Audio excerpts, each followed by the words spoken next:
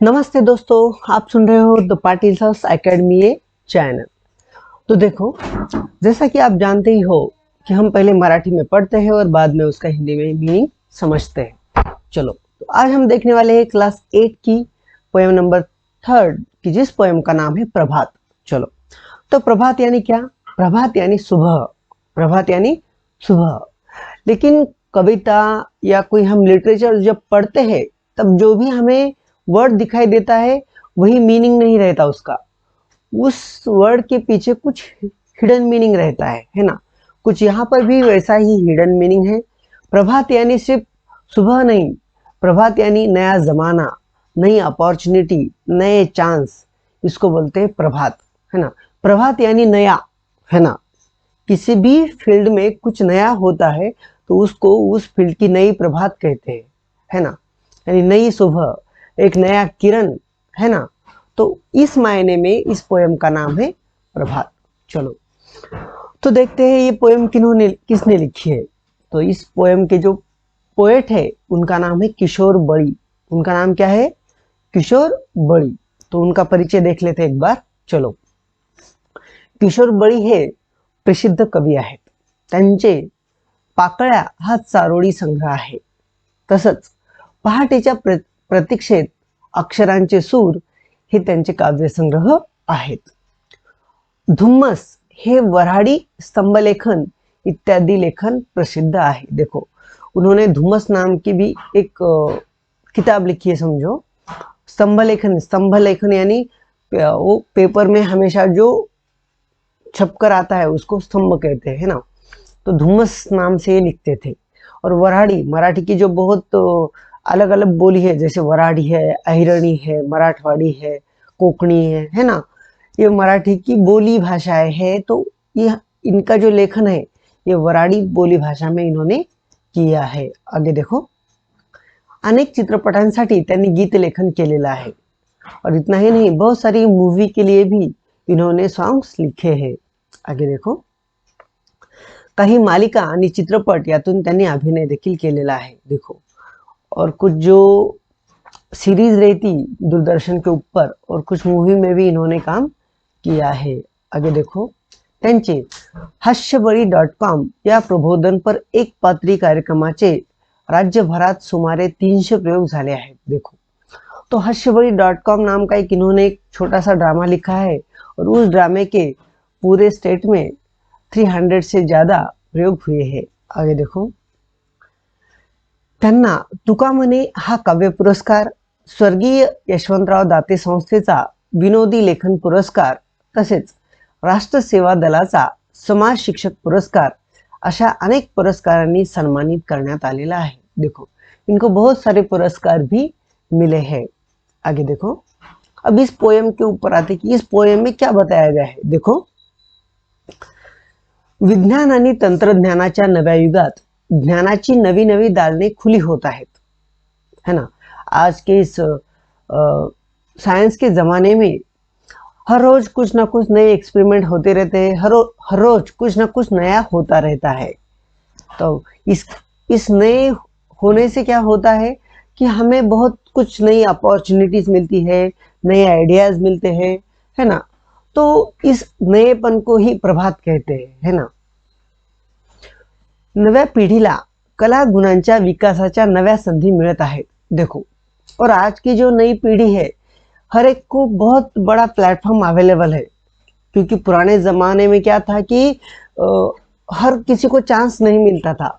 भले ही आप में टैलेंट कितना ही बड़ा क्यों ना हो, लेकिन उस टैलेंट की कदर नहीं होती थी।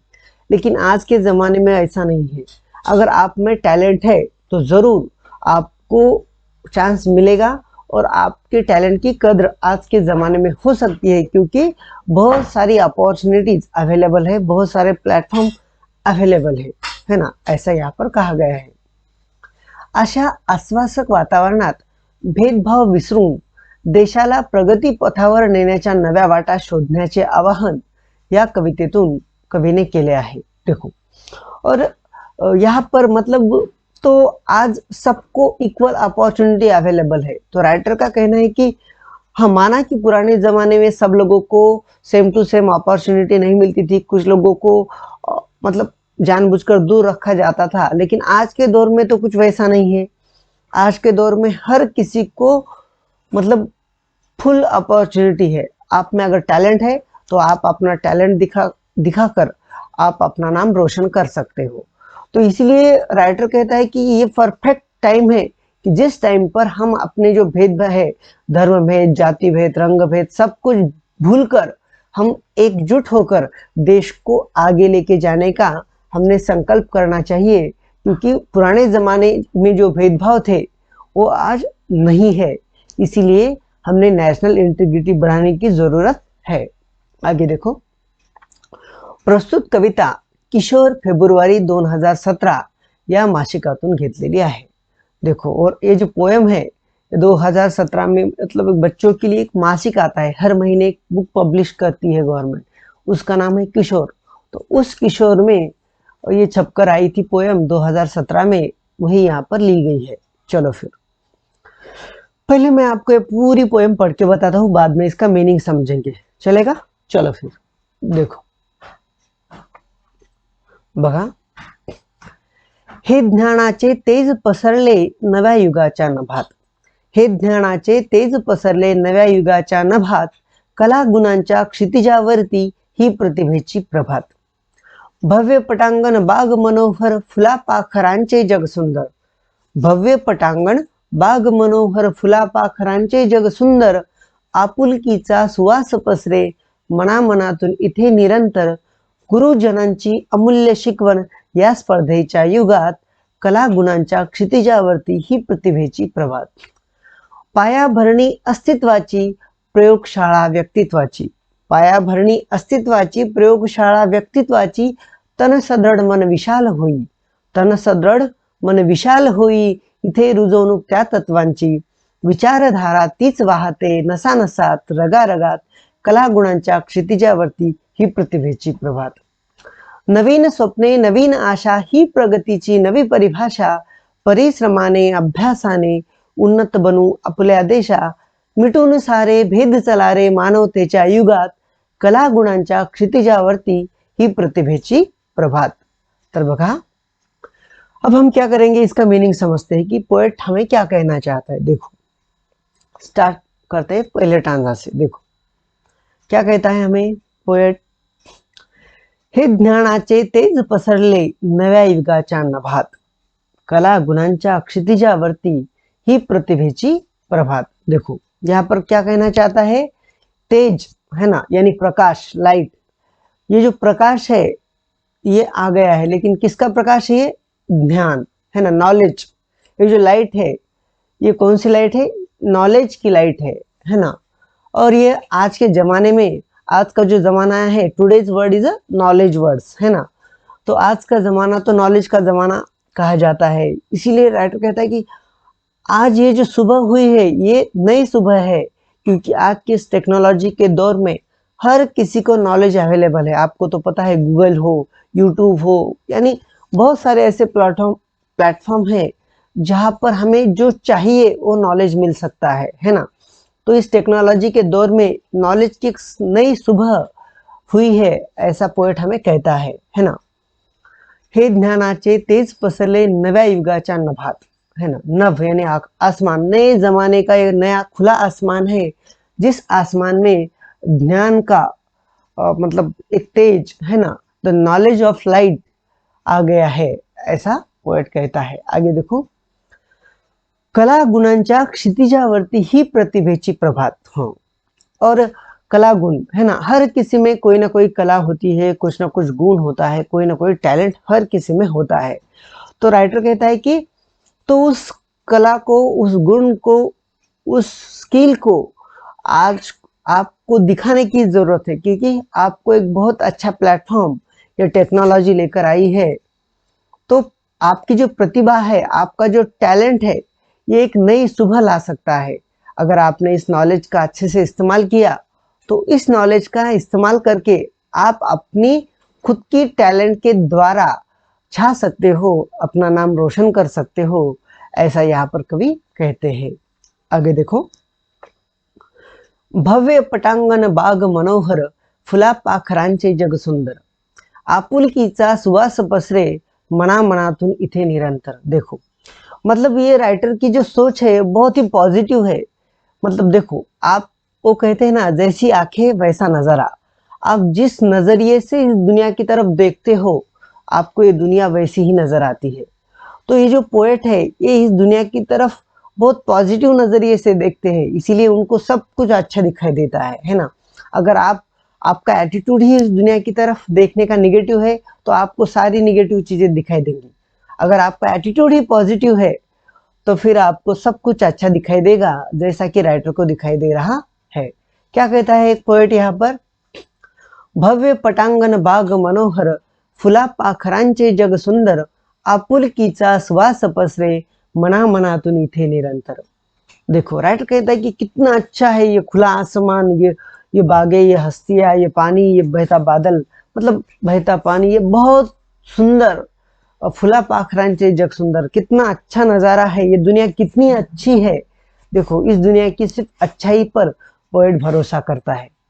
आगे देखो, आपुलकीचा श्वास पसरे मना मनातून इथे निरंतर। देखो और राइटर कहता है कि सिर्फ ये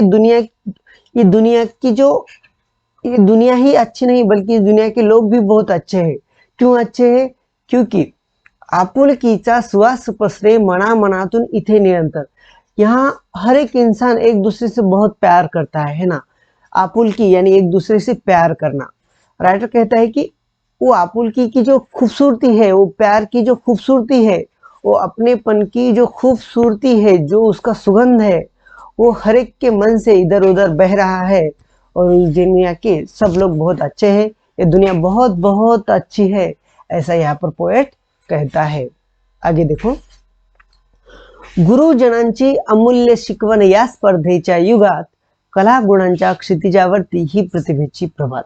देखो राइटर पोएट हमें कहता है कि चलो ये जमाना तो बहुत अच्छा है, लेकिन इस जमाने में और अच्छाई से रहने के लिए, इस दुनिया को और अच्छा बनाने के लिए हमें किसकी हेल्प होती है?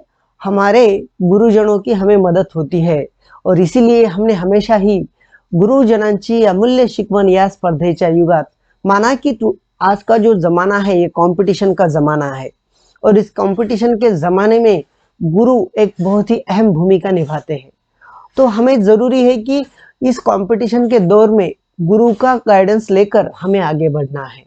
और इतना ही नहीं, कला गुणांच्या क्षितिजावरती प्रतिभेची प्रभात। और ये जो हमारे अंदर के जो हिडन टैलेंट रहते हैं, उन टैलेंट को हमें और निखारना है, और एक नई सुबह और हमें करनी है, हमारी प्रतिभा का इस्तेमाल करके, हमारे टैलेंट का इस्तेमाल करके।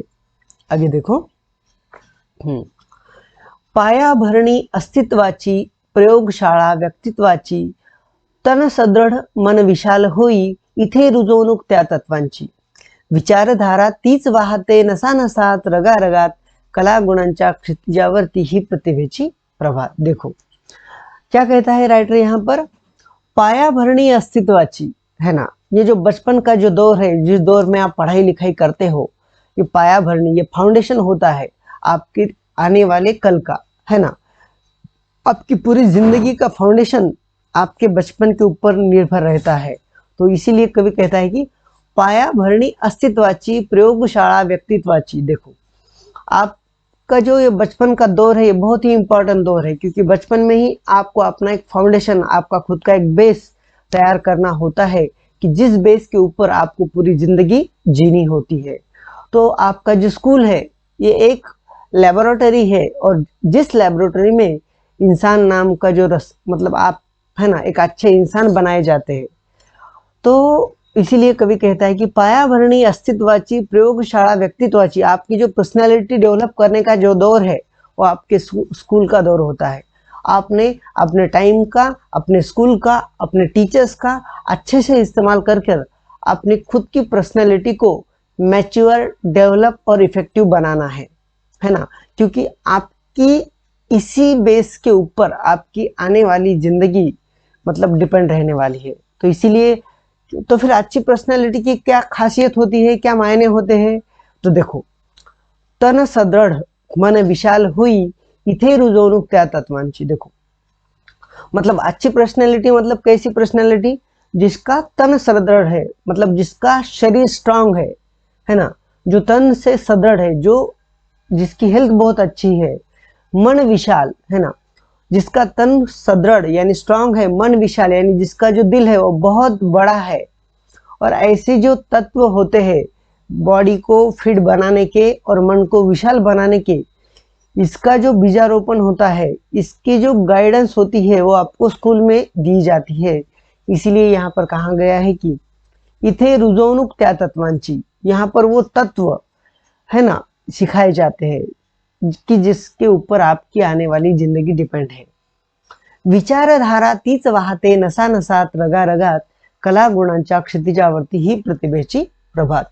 मतलब राइटर कहता है कि हम हमारे मन में, हमारे तन में, हमारे शरीर में, हमारे खून में वही विचारधारा बहती है। कौन सी विचारधारा? कि हमारा शरीर स्ट्रांग हो, हमारा मन विशाल हो। विशाल मन होना यानी हर किसी को जैसा है वैसे एक्सेप्ट कर लेना, है ना, किसी को भी क्रिटिसाइज नहीं करना, तो इसको कहते हैं विशाल मन। तो यही विचारधारा हमारे रगों रगों में, हमारे खून में बहती है, ऐसा कवि का कहना है। आगे देखो, नवीन स्वप्ने नवीन आशा ही प्रगतीची नवी परिभाषा।